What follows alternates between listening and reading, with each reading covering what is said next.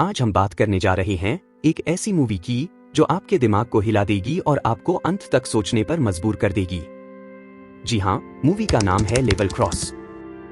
Video को like करके channel को सब्सक्राइब करें तो तैयार हो जाओ और चलो शुरू करते हैं। कहानी शुरू होती है रघु नाम के एक शख्स से जो एक सुनसान रेलवे स्टेशन पर गेटकीपर का काम करता है।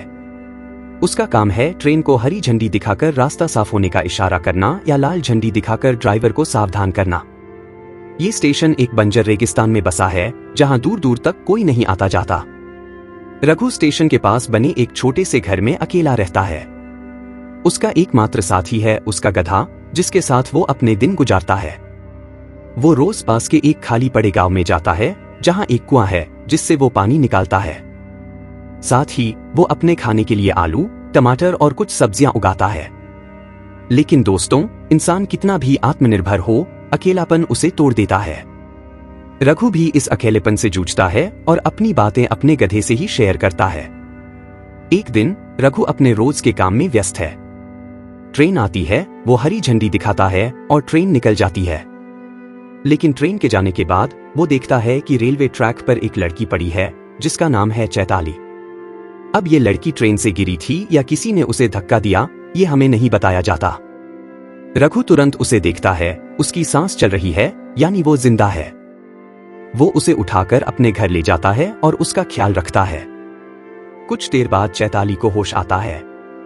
वो घबरा जाती है और पूछती है कि वो कहाँ है और रघु कौन है। रघु उसे शांत करता है और बताता है कि वो सुरक्षित है। चैताली बताती है कि वो गलती से ट्रेन से गिर गई थी और उसे अपने पति फिलिप के पास जाना है जो ट्रेन में ही थे। वो कहती है कि उसे अगले स्टेशन तक पहुंचना होगा ताकि वो अपने पति से मिल सके। लेकिन जब वो बाहर निकलती है तो चारों तरफ सिर्फ रेगिस्तान देखकर डर जाती है। फिर भी वो वहां से निकलने की कोशिश करती है, लेकिन थकान और गर्मी की वजह से हार मान लेती है। रघु उसे वापस घर लाता है और कहता है कि ऐसे चलकर वो नहीं जा पाएगी क्योंकि भूख प्यास से उसकी जान को खतरा हो सकता है। वो उसे आराम करने को कहता है और बिस्तर तैयार करता है। रात में रघु बाहर बैठकर अपने गधे से बातें करता है और चैताली के बारे में बताता है।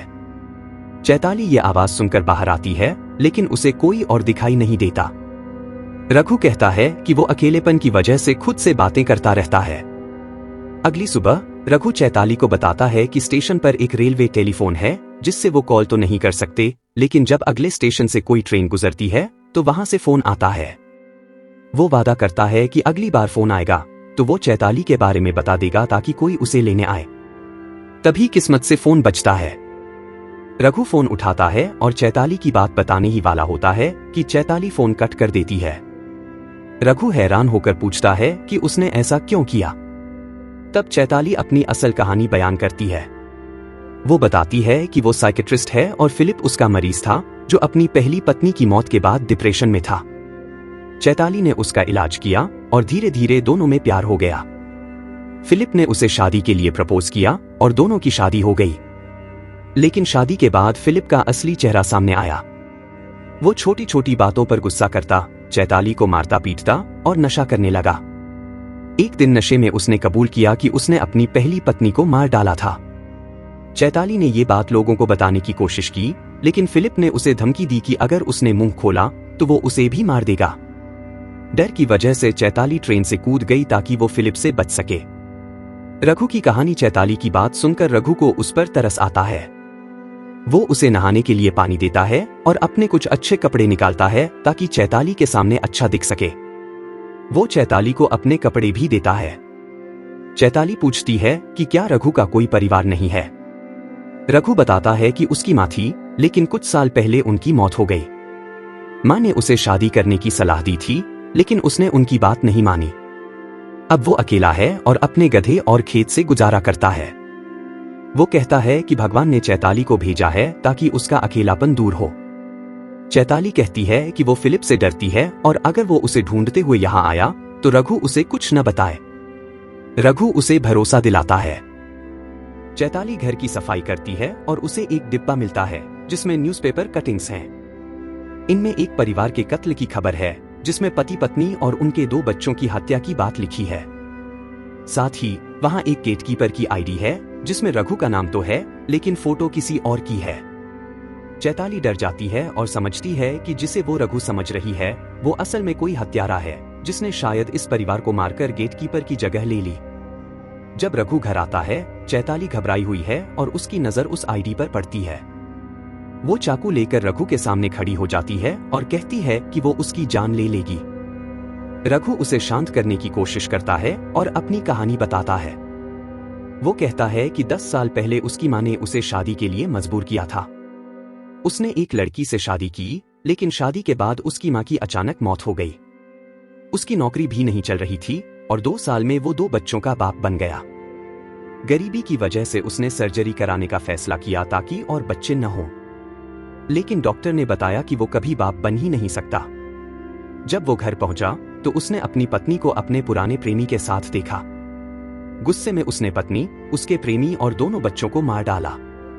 इसके बाद पुलिस के डर से वो भागकर इस स्टेशन पर आ गया जहां असली रघु, जो गेटकीपर थे, ने उसे पनाह दी।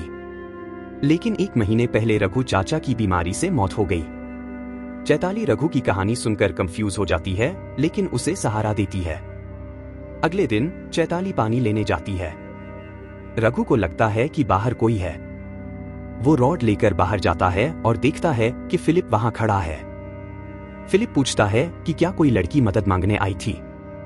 रघु घबराकर कहता है कि कोई नहीं आया, लेकिन फिलिप समझ जाता है कि रघु झूठ बोल रहा है।